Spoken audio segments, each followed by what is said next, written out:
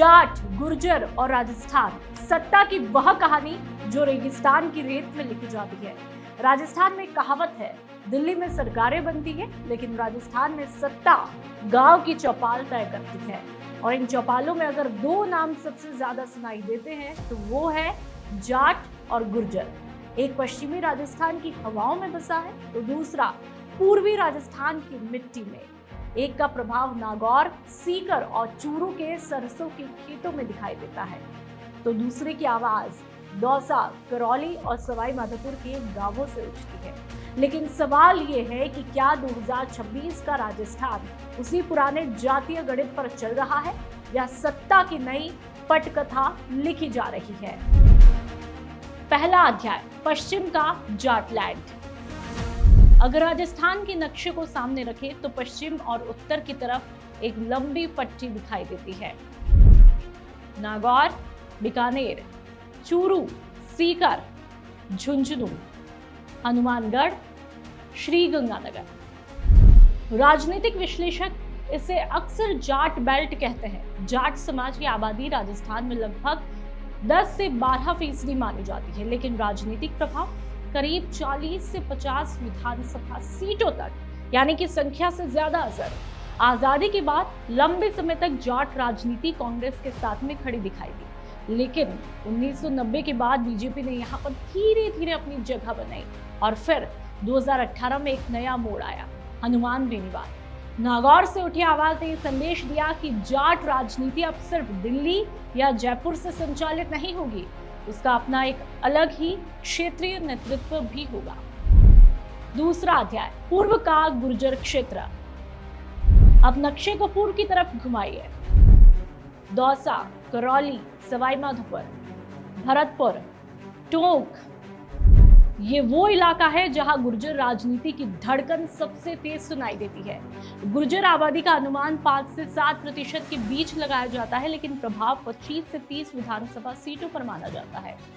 2007 का आरक्षण आंदोलन, रेल की पटरियां, हजारों लोगों की भीड़ और एक नाम, कर्नल किरोड़ी सिंह बैसला। यहीं से गुर्जर राजनीति ने राजस्थान की सत्ता को संदेश दिया था कि उसे नजरअंदाज करना आसान नहीं होगा। फिर नया दौर आया और उस दौर का चेहरा बने सचिन पायलट। उन्होंने गुर्जर राजनीति को सिर्फ आरक्षण के सवाल से निकालकर सत्ता और नेतृत्व के सवाल तक पहुंचा दिया।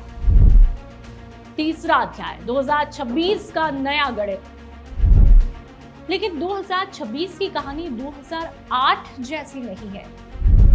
आज जाट वोट पूरी तरह एक तरफ नहीं है। बीजेपी, कांग्रेस और आरएलपी तीनों उसकी हिस्सेदारी चाहते हैं। उधर गुर्जर वोट भी सिर्फ एक दल की जागीर नहीं रहा। सचिन पायलट का प्रभाव बना हुआ है, लेकिन बीजेपी भी लगातार पूर्वी राजस्थान में अपनी सामाजिक पकड़ मजबूत करने की कोशिश में लगा है। यानी दोनों समाज अब पहले की तरह एक मुश्त वोट नहीं कर रहे, वे बंट रहे हैं और यही बंटवारा चुनाव को दिलचस्प भी बना रहा है।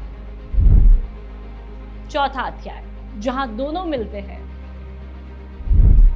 दिलचस्प बात यह है कि राजस्थान की सत्ता सिर्फ जाट या सिर्फ गुर्जर तय नहीं करते। सत्ता तय होती है जब पश्चिम की जाट बेल्ट और पूर्व की गुर्जर बेल्ट किसी एक राजनीतिक दिशा में झुक जाए। 2018 में जो जानकार बताते हैं कि कांग्रेस को इसका लाभ भी मिला और 2023 में बीजेपी को मिलता है और 2028 की तैयारी अभी से शुरू भी हो चुकी है। जयपुर में बैठी पार्टियां ये जानती है कि मुख्यमंत्री का चेहरा बाद में तय होगा, पहले ये तय होगा कि नागौर क्या सोच रहा है और दौसा किस दिशा में जा रहा है। राजस्थान की राजनीति में रेत हर दिन बदलती है।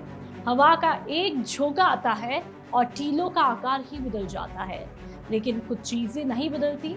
जाट बेल्ट का महत्व, गुर्जर का प्रभाव और सत्ता की वह यात्रा जो आज भी गांव की चौपाल से होकर ही गुजरती है।